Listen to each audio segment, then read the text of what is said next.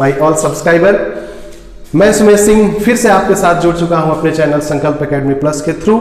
हर एक दिन कुछ नया लेकर के आता है। आज का दिन भी आपके लिए कुछ नया ही लेकर के आया है। नया ये लेकर के आया है कि हम लोग बायो के भी लेसन्स को क्लास 10 के लिए स्टार्ट कर रहे हैं और वो लेसन होने जा रहा है हमारा लाइफ प्रोसेस। जैसा आपका सपोर्ट मुझे मिल रहा है उसके थ्रू मेरी ये रिस्पॉन्सिबिलिटी बन जाती है कि मैं हर समय आपके साथ जुड़ा रहूं।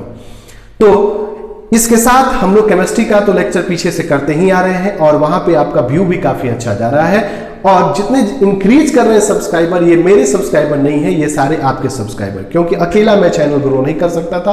आपने मुझे सपोर्ट किया और जैसा मुझे व्यू और सपोर्ट मिल रहा है, सब्सक्राइबर मिल रहा है, उससे मैं आप बेशक बोल सकता हूं कि मेरा पढ़ाया कंटेंट आपको अच्छा लगता है, आपके सिलेबस से रिलेटेड होता है।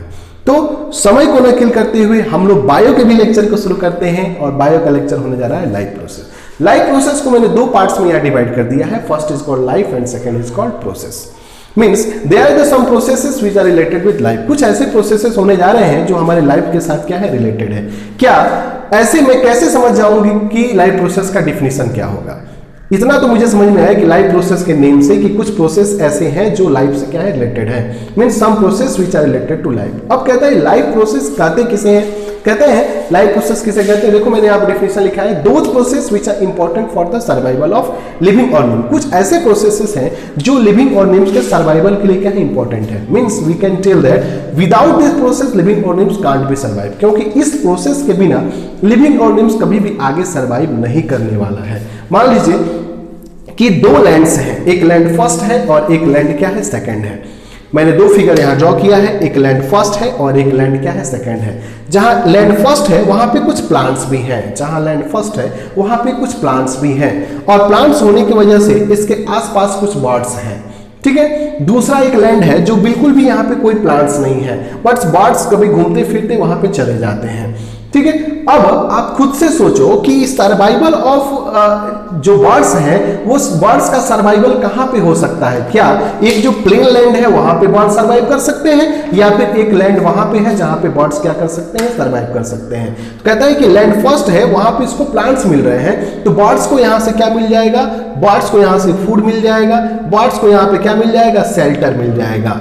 तो बर्ड्स को जब फूड और शेल्टर मिल जाएगा तो बर्ड्स यहाँ पे क्या कर सकता है, अडॉप्ट कर सकता है, बर्ड्स यहाँ से फूड गेन कर सकता है। तो बर्ड्स को फूड शेल्टर यहाँ पे अपने क्या कर सकता है, प्लेस पे प्रॉपर क्या कर सकता है, रिप्रोडक्शन कर सकता है। Means birds can be survive at place first, land first, and if the birds can be survive, birds can be survive by those process, जिस प्रोसेस के थ्रू बर्ड्स लैंड फर्स्ट पे क्या कर रहा है, सर्वाइव। मैं लैंड फर्स्ट की बात नहीं कर रहा हूं, मैं क्या बोल रहा हूं, जिस प्रोसेस के थ्रू लैंड फर्स्ट पे बर्ड्स सर्वाइव कर रहा है, उन सभी प्रोसेसेस को हम क्या कहते हैं, that is called the life process. तो यहां पे जो प्रोसेस होगा जिसके थ्रू बर्ड्स क्या होगा, सर्वाइव कर जाएगा, वो क्या होगा, लाइफ प्रोसेस होगा। लेकिन यहां पे बर्ड्स क्या करेगा, सर्वाइव करेगा, नहीं करेगा, क्या करेगा, डेड करेगा, तो यहां पे लाइफ प्रोसेस नहीं होगा। Means you can be clear that कि लाइफ प्रोसेस होने के लिए सर्वाइवल इंपॉर्टेंट है। मींस विदाउट सर्वाइवल अगर सर्वाइवल नहीं हो रहा है मींस लाइफ प्रोसेस नहीं हो रहा है। लाइफ प्रोसेस अगर होगा तो बिल्कुल भी क्या होगा, सर्वाइवल होगा।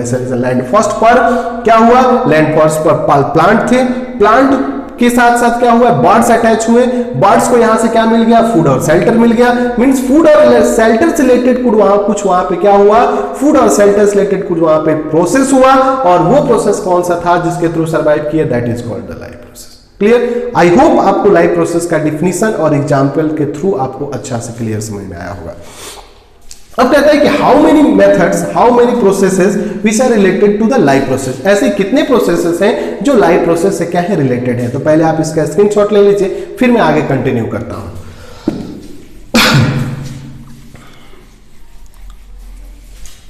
तो देखते हैं हम लोग कितने ऐसे प्रोसेसेस हैं जो लाइफ प्रोसेस से क्या है, रिलेटेड है।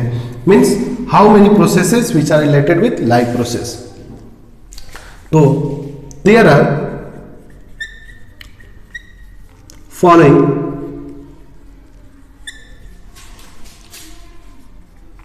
Processes which are related with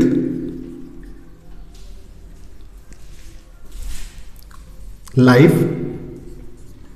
process. कुछ ऐसे प्रोसेसेस हैं जो लाइफ प्रोसेसेस क्या है, रिलेटेड है, जिसका पहला प्रोसेस होगा that is called nutrition. Second is that respiration. Third is that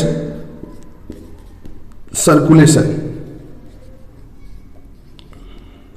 and fourth is that excretion. This is the four fundamental unit of a life process. ये चार सबसे इंपॉर्टेंट क्या है, फंडामेंटल यूनिट्स हैं किसके, लाइफ प्रोसेस के। इन चारों के थ्रू ही लाइफ प्रोसेस क्या होता है, कंटिन्यू होता है। मींस ऐसे ये चार प्रोसेस हैं जिनके बिना कभी भी कोई भी प्लांट सर्वाइव, कोई भी स्पीसीज सर्वाइव नहीं कर सकता है। First is that nutrition, second is called respiration, third is circulation and fourth is called excretion. This four process are too much important for the survival of species. ये चारों methods काफी ज्यादा important है survival के लिए। जैसे मैंने जो इसके पहले वाला एग्जांपल बताया था, जहां पे प्लांट्स पर बर्ड्स लैंड फर्स्ट पे क्या कर रही थी, सर्वाइव कर रही थी। वो इसलिए सर्वाइव कर रही थी क्योंकि उस बर्ड्स को वहां से क्या मिल रहा था, फूड मिल रहा था। अब किसी बर्ड्स को फूड अगर ना मिले तो क्या वो बिना फूड के सर्वाइव कर सकती है, नहीं कर सकती है। Means food related topics is the also a part of life process. Food related topic also a part of life process, and we talk about the food related topics in the nutrition. Means nutrition is also a type of life process. Nutrition एक तरह का क्या है, life process है। क्यों? क्योंकि मैंने अभी एग्जांपल में देखा कि बर्ड्स डाई कर रही थी, एक तरफ बर्ड सर्वाइव कर रही थी। इसलिए क्योंकि उसको प्रॉपर न्यूट्रिशन लैंड फर्स्ट में मिला तो उसने सर्वाइव किया, लैंड फर्स्ट पे उसे प्रॉपर न्यूट्रिशन नहीं मिला, वो क्या कर गई, डेड कर गई। Second is that respiration. क्या रिस्पायरेशन एक तरह का क्या है, लाइफ प्रोसेस है। कहता है कि रिस्पायरेशन पहले कहते किसे हैं, ये पहले समझ लेते हैं। रिस्पायरेशन पहले कहते किसे हैं ये जान लो। In the previous classes up to 5 and 7, 5 से लेकर के 7 तक हम लोग ये पढ़ते हैं कि respiration means taking of oxygen and removal of carbon dioxide. ये हम लोग पढ़ते आते हैं। But this is the not exact proper definition of respiration. ये प्रॉपर डेफिनेशन रिस्पायरेशन का नहीं होता है। This is called breathing. अब क्या वो डेफिनेशन वहां गलत था? नहीं, उस क्लास के लिए प्रॉपर डेफिनेशन वो था। बट रिस्पायरेशन मीन्स क्या होता है, conversion of food into energy in the presence of oxygen, in the presence of air और एब्सेंस ऑफ एयर। अगर आप फूड को क्या करते हो, एनर्जी में कन्वर्ट करते हो, किसी भी कोई भी अगर लिविंग ऑर्गेनिम्स अपने बॉडी के अंदर, कोई भी लिविंग ऑर्गेनिम्स अपने बॉडी के अंदर एयर के प्रेजेंस में या एयर के एब्सेंस में अगर फूड को एनर्जी में कन्वर्ट करता है, दैट इज कॉल्ड रिस्पायरेशन। अब एनर्जी में अगर किसी बॉडी के अंदर, किसी भी स्पीशीज के अंदर अगर एनर्जी का सिंथेसिस नहीं होता है तो क्या वो सरवाइव करेगा? आप खुद से सोचो। क्या आपके बॉडी के अंदर अगर एनर्जी का सिंथेसिस नहीं होता है तो क्या आप सरवाइव करेंगे? नहीं कर सकते। कहते हैं कैसे नहीं कर सकते हैं, तो आप खुद से सोचो कि आपकी पूरी लिविंग, जो भी आपका प्रॉपर मेटाबॉलिक पाथवे है या जो भी आप प्रॉपर पूरे दिन में जो काम करते हैं उसका सोर्स क्या है? उसका सोर्स क्या है? एनर्जी है। अगर आपको एनर्जी, अगर आपका काम नहीं कर रहा है, अगर आपको बॉडी को एनर्जी नहीं मिल रहा है तो आप कभी भी अडॉप्ट नहीं कर सकते, आप कभी भी सर्वाइव नहीं कर सकते। Third, circulation.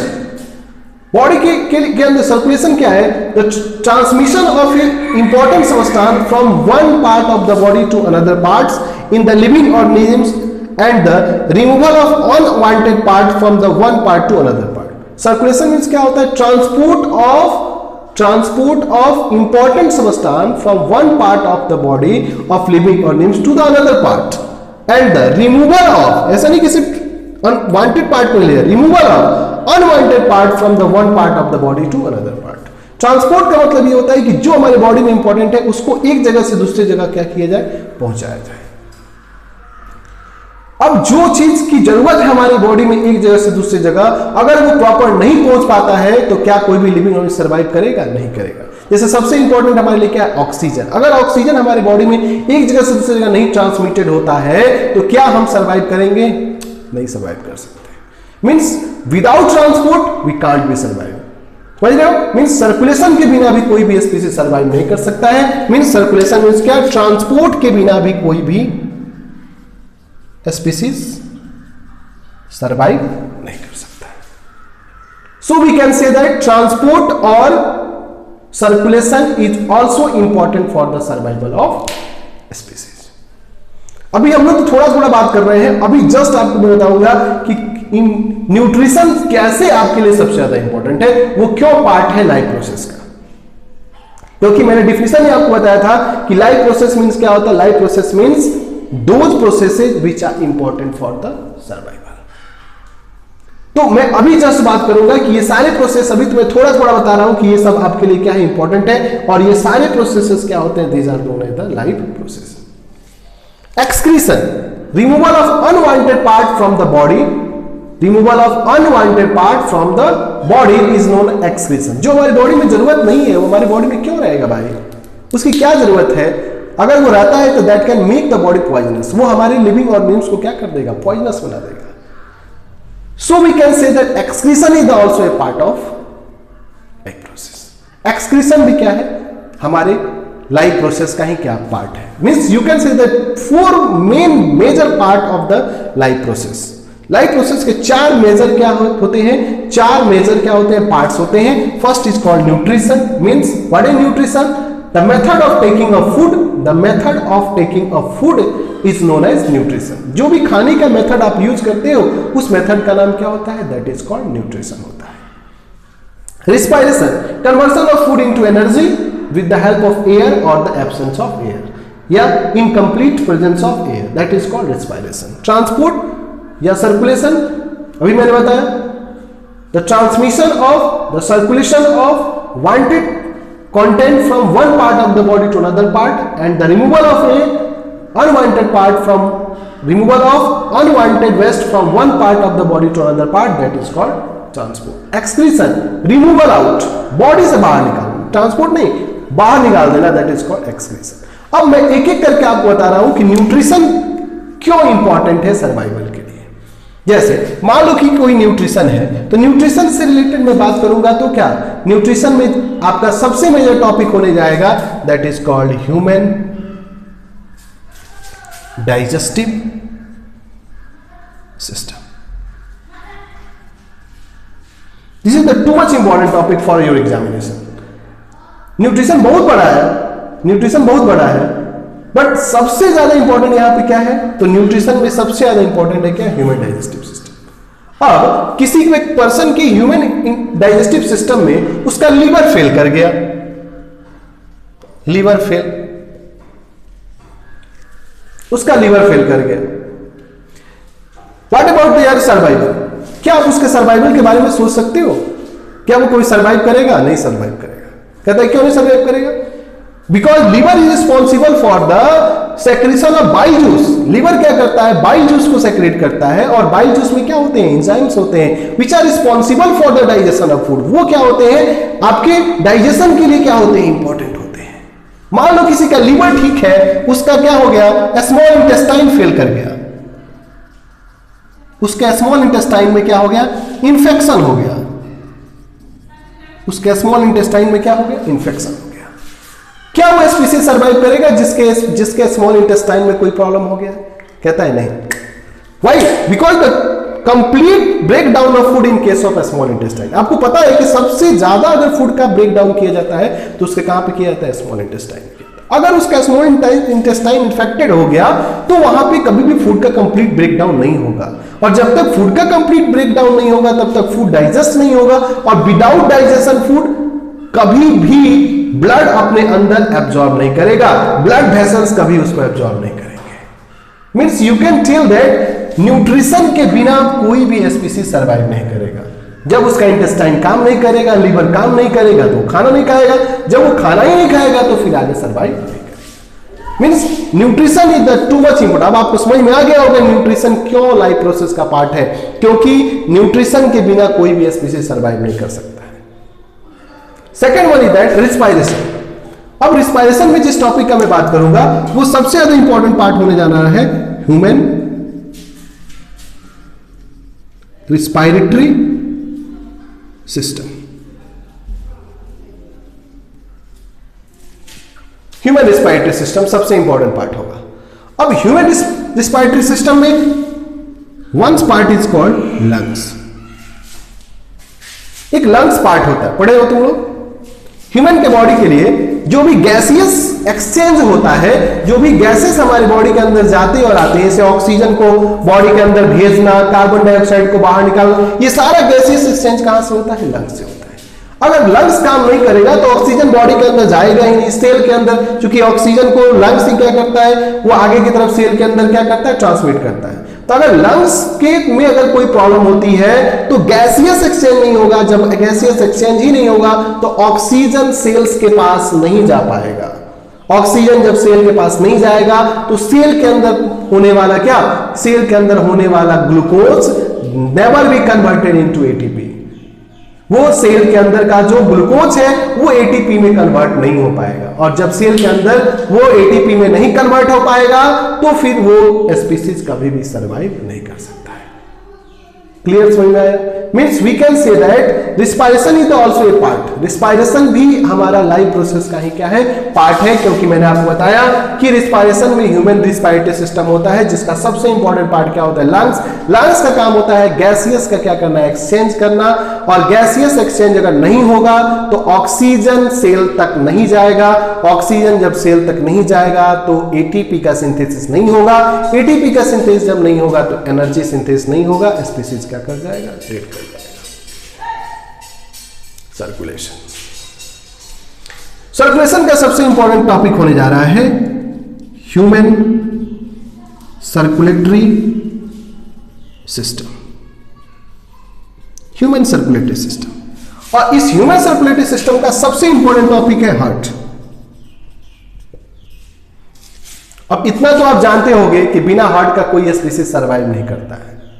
कोई भी स्पीसीज बिना हार्ट का सर्वाइव नहीं कर सकता है, because heart is the centre pumping organ of the body. पूरे बॉडी के अंदर कोई ब्लड को पंप करता है, क्योंकि हार्ट जब कॉन्ट्रैक्ट करता है तो कॉन्ट्रैक्शन के थ्रू हार्ट से ब्लड क्या करता है? आगे क्या करता है? ब्लड वेसल्स के थ्रू आगे क्या करता है? पंप करता है। अब अगर हार्ट ही फेल कर गया तो ब्लड आगे पंप नहीं हो पाएगा, और जो ब्लड उधर से आ रहा है उसको लंग्स तक भी भेजने का काम किसका होता है? हार्ट्स का होता है।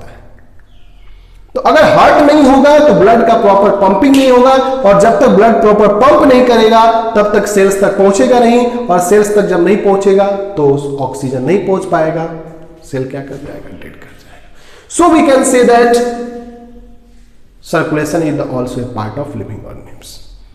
अब बोलोगे सर आप ह्यूमन के केस में समझा रहे हो, प्लांट के केस में नहीं समझा रहे हो। प्लांट के कंडीशन में भी कुछ ऐसा है। मान लो कि किसी कोई प्लांट है, उसमें फोटोसिंथेसिस नहीं हुआ, तो अगर फोटोसिंथेसिस नहीं हुआ तो उसमें न्यूट्रिशन नहीं होगा। न्यूट्रिशन नहीं होगा, प्लांट क्या कर जाएगा? डेड कर जाएगा। रिस्पायरेशन की बात है तो रिस्पायरेशन प्लांट में भी होता है, एनिमल में भी होता है। प्लांट के कंडीशन में क्या है कि अगर उसमें रिस्पायरेशन नहीं होगा तो उसमें भी एटीपी सिंथेसिस नहीं होगा, प्लांट क्या कर जाएगा? डेड कर जाएगा। सर्कुलेशन, मान लो कोई प्लांट है, उसका जाइलम फ्लोएम किसी वजह से कट गया, तो जाइलम क्या करता है? वाटर का कंडक्शन करता है। फ्लोएम क्या करता है? फूड का कंडक्शन करता है। प्लांट डेड कर जाएगा। एक्सक्रीशन का सबसे इंपॉर्टेंट पार्ट होने जा रहा है एक्सक्रीशन हमारी बॉडी का, human excretory system. Human excretory system, इसका सबसे इंपॉर्टेंट पार्ट है that is called kidney. Kidney. अब बात आती है कि we can survive without kidney. क्या हम किडनी के बिना सर्वाइव कर सकते हैं? Never. Because kidney is the responsible for the filtration of blood. पूरे ब्लड को फिल्टर करने का काम करता है, और जितने भी एक्सक्रीटरी प्रोडक्ट होते हैं उन सभी को फिल्टर करता है। इसे चूंकि आपको पता है कि due to the metabolic activity हमारे ब्लड के अंदर नाइट्रोजिनस वेस्ट क्या होते हैं? जमा हो जाते हैं।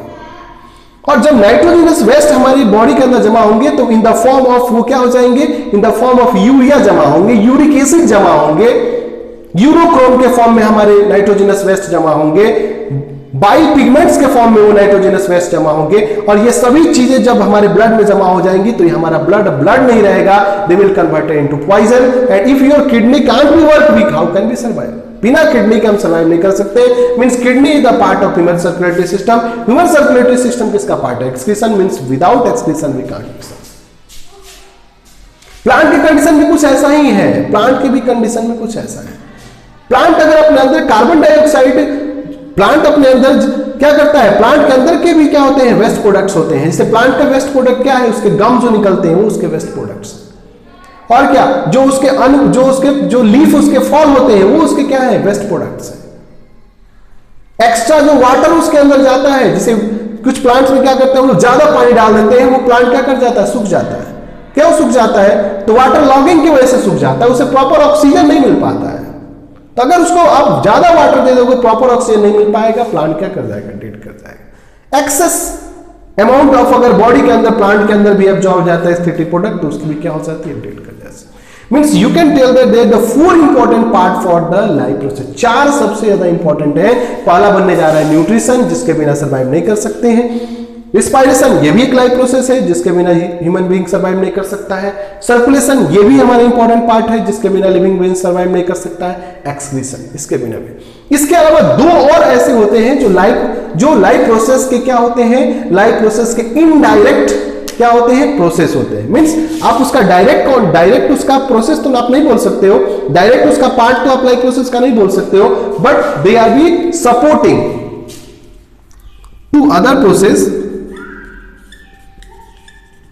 process are supportive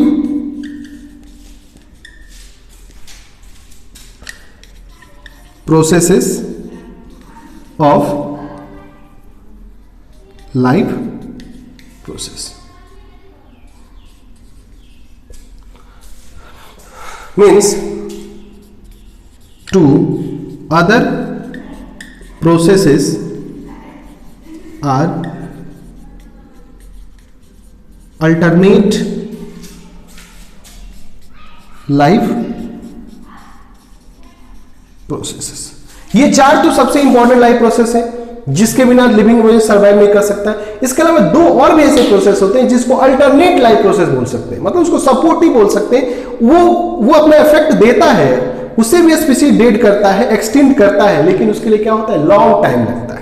ऐसे 2 कौन से इंपॉर्टेंट जो है, ऐसे 2 और कौन से लाइफ प्रोसेस के इंपॉर्टेंट पार्ट्स हैं। उसका पहला पार्ट्स होता है control and coordination, control and coordination, और दूसरा होता है क्या, रिप्रोडक्शन।